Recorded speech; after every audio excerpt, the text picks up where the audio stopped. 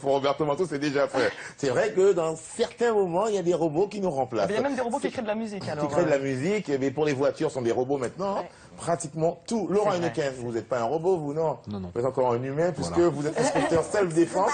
Alors, vous animez ce dimanche un stage, notamment, dédié aux femmes. Pourquoi les femmes? Seulement les femmes, ou bien est-ce que les hommes pourront venir? Non, non, en fait, on a mis en place un concept de self-défense dédié aux femmes pour répondre à une demande de plus en plus constante de femmes qui voulaient apprendre des techniques de défense simples et efficaces. Et les femmes que nous avons à nos stages sont des femmes pragmatiques qui instinctivement et naturellement s'adaptent à la société dans laquelle elles évoluent.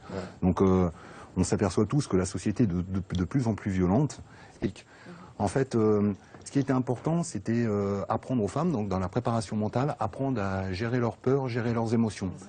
Ne pas avoir...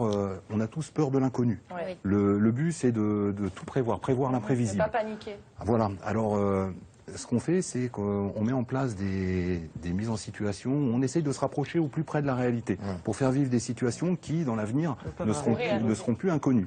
En fait, on permet aux femmes de créer une bande de données limbique. Oui, mais au début, j'imagine aisément qu'elles savent que vous êtes l'instructeur, elles vont avoir un petit peu de mal à vous frapper, même si vous les mettez en situation. Mais au fil du temps, ça se passe comment? Non, alors... vous allez voir, ça se passe super bien. Non, ce qu'il faut, c'est essayer de se rapprocher au plus près de la réalité. Mais vous allez voir que, en fait, quand on fait nos stages, on fait une partie gestion de stress. Et les femmes qui participent à nos stages ont vraiment la sensation d'être vraiment tout près de la réalité, de toucher la réalité du doigt. Oui, mais seulement, Laurent, la réalité, parfois, elle est différente aussi. Hein. Tout à fait. La manière d'aborder les cours, de montrer aux gens comment il faut se défendre, mais il s'avère que dans la vie de tous les jours, ça peut être complètement différent. Il peut y avoir une attaque autre que l'attaque que vous avez. Bien sûr. Alors justement, comment faire?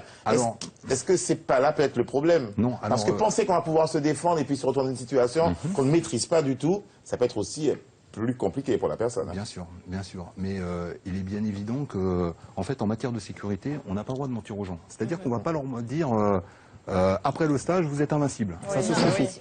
Ce serait faux.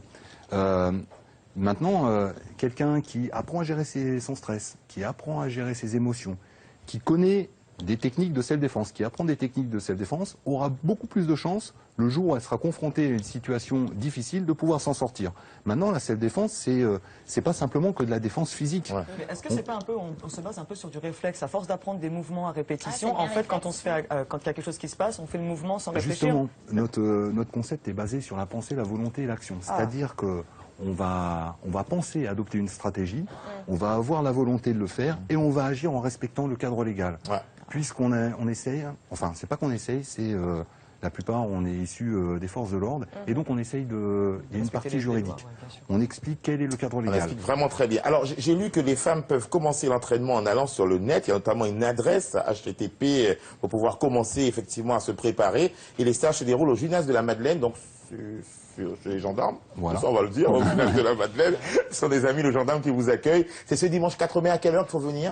Donc le début du stage c'est à 10 h, le mieux c'est d'arriver un quart d'heure avant. Un quart d'heure avant pour se préparer, pour être au top physiquement, pour pouvoir participer à ces stages. Sinon, je connais une personne qui m'a dit, Tano, il y a une explication qui fonctionne mais vraiment très bien, c'est le 17 sur mon portable. J'appuie. Oui, si jamais c'est pas le portable qu'on est vu piquer. Voilà, c'est pas mal. Le 17, ça marche bien aussi. Les pompiers sont plus rapides. Très bien. Merci beaucoup, Laurent, et bonne chance pour votre stage qui se passe ce dimanche, 4 mai. Ça se passe au gymnase de la Madeleine.